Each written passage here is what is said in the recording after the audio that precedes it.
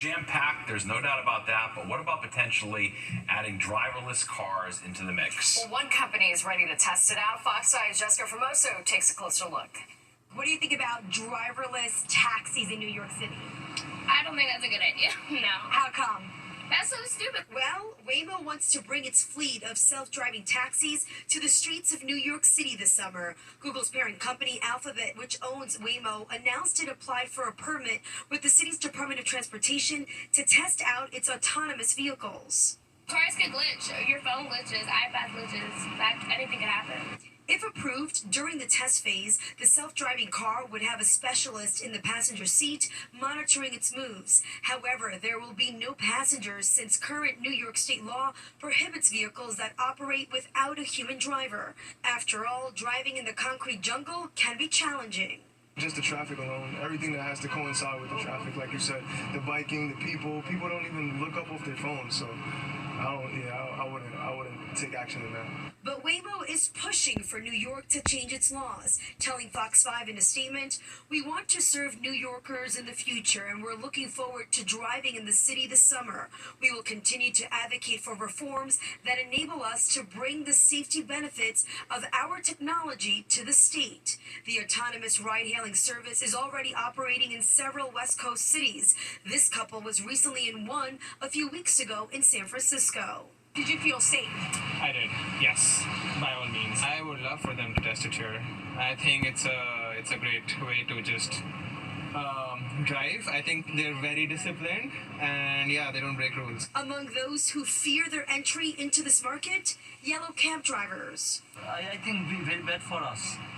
You think it would take business away from you? Yeah.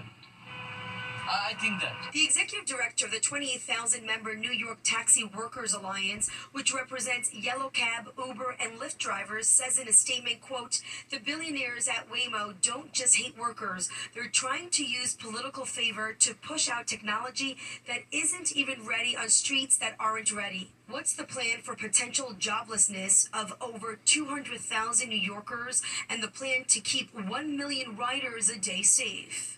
Now, we reached out to the Department of Transportation for a comment. We're still waiting to hear back. In Midtown, I'm Jessica Formoso, Fox 5 News. New tonight, the NYPD's Hate Crime Task Force is investigating threats against Assemblyman Zoran Mamdani. Police say someone left 4 voicemails making anti-Muslim statements. Mamdani, who's running for mayor, says the individual also threatened a car bombing, although Mamdani does not own a car. He released a statement placing blame on Islamophobic rhetoric against him.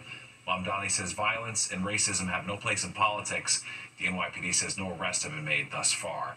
And of course, we're counting down to New York City's mayoral primary. So far, early voting turnout has more than doubled compared to 4 years ago.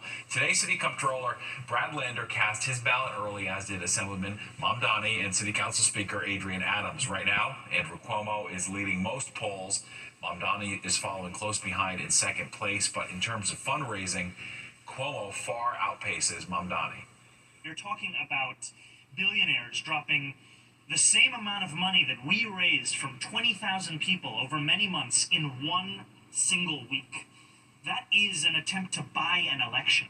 Walk around, people come up to me all day long and say, "You have to win, you have to save the city. These other candidates are not up to the job." Early voting ends on Sunday. Primary day is June 24th. Tonight, Mayor Adams is weighing in on the battle over the protected bike lane along Bedford Avenue in Williamsburg. As we reported last night, a judge blocked the mayor's plan to reconfigure the bike lane. The mayor's decision comes after the community shared several videos showing children getting mowed down by cyclists while walking into the lane from between parked cars. However, Transportation Alternatives sued to block the mayor's order, saying the protected lanes should be preserved because they actually make streets safer. Mayor Adams tonight saying he has to look out for the kids first. I heard from these residents on how this bike lane was endangering their safety, and we're making a slight modification to make sure we can continue to have bike lanes, but to do it the right way in safe ways. There's a hearing on the matter set for August.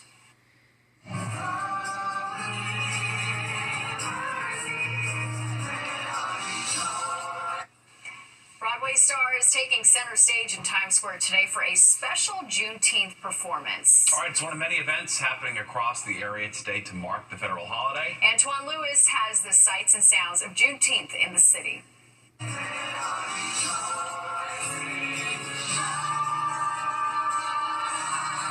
Broadway stars trading theaters for a stage in Times Square Thursday, part of Juneteenth celebrations in New York City. It's really important that the Broadway League has this Juneteenth celebration that is really free and accessible to all people and really celebrates the excellence on Broadway, particularly with our Black artists. Juneteenth commemorates the day that Union soldiers marched to Galveston, Texas in 1865 to let thousands of slaves know that they had been freed.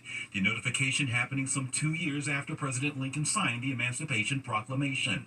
Tony Award winner Andre DeShields calls this year's celebration even more important, coming at a time where many say diversity and cultures are under attack. Contribution we made to entertainment, to enlightenment, and to the ecstasy that's associated with what we call the greatest country in the world. I know it. In Brooklyn, civil rights advocate Reverend Al Sharpton and Oscar-winning director Spike Lee teaming up at the iconic Junior's restaurant, using Juneteenth to stress the importance of voting. People that were in prison, people have died for us to have the chance to vote. So it's part of the democracy, and we can't take that for granted. Sharpton going a step further, charging Black Americans that if they don't like the country's direction, voting is the only way to change it. Right after the Emancipation Proclamation, when in the Reconstruction we put 22 people in Congress, which is why we're saying that they could vote in 22 members of Congress black in the middle of the 1800s. We have no excuse here in New York not to be voting for those that stand up for what is right. Antoine Lewis, Fox 5 News. And straight ahead, the Q team is coming to the neighborhood in your area to tackle quality of life issues. Could be double parked cars, loud music at night, vending. But can they really crack down on all of that in every precinct in the city? The Tech Live News starts when we return. All right, an Iranian missile striking a hospital in southern Israel. We're going to talk to the head of that hospital about the damage they sustained. Elon Musk's unmanned SpaceX rocket exploded into a massive fireball during a test in Texas this morning. Musk seemed to make light of it, though, posting on X, quote, just a scratch. The official word is that the Starship experienced a major anomaly. That's putting it mild. The explosion scattering debris all over the launch area. Nearby people say their homes shook, but no one was hurt. And Hurricane Eric making landfall in Mexico early this morning as a Category 3 storm. It hit the southern state of Oaxaca, bringing heavy rains and 125-mile-per-hour winds. So far, officials say there were no reports of injuries. The Hurricane Center says Eric has weakened rapidly as it crashed into the coastal mountains of southern Mexico.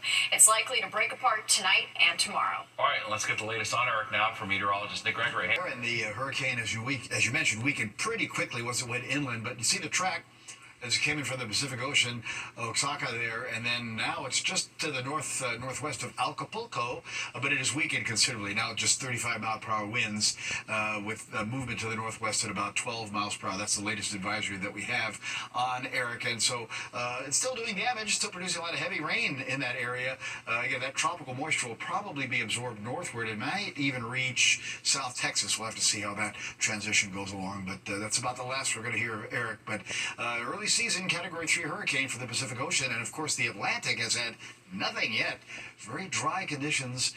Let's see how the rest of the hurricane season unfolds, because the forecast was it to be a bit of an above average season, but so far that is not really taking hold. Again, just kind of early on in the game. All right, in the meantime, let's look at what's going on here. Last of the showers and thunder showers now moving into northwest New Jersey and in the mid-Hudson Valley. These showers, again, coming off the coast of Florida. You'll see here in the animation, again, that really is the story. They're weakening considerably.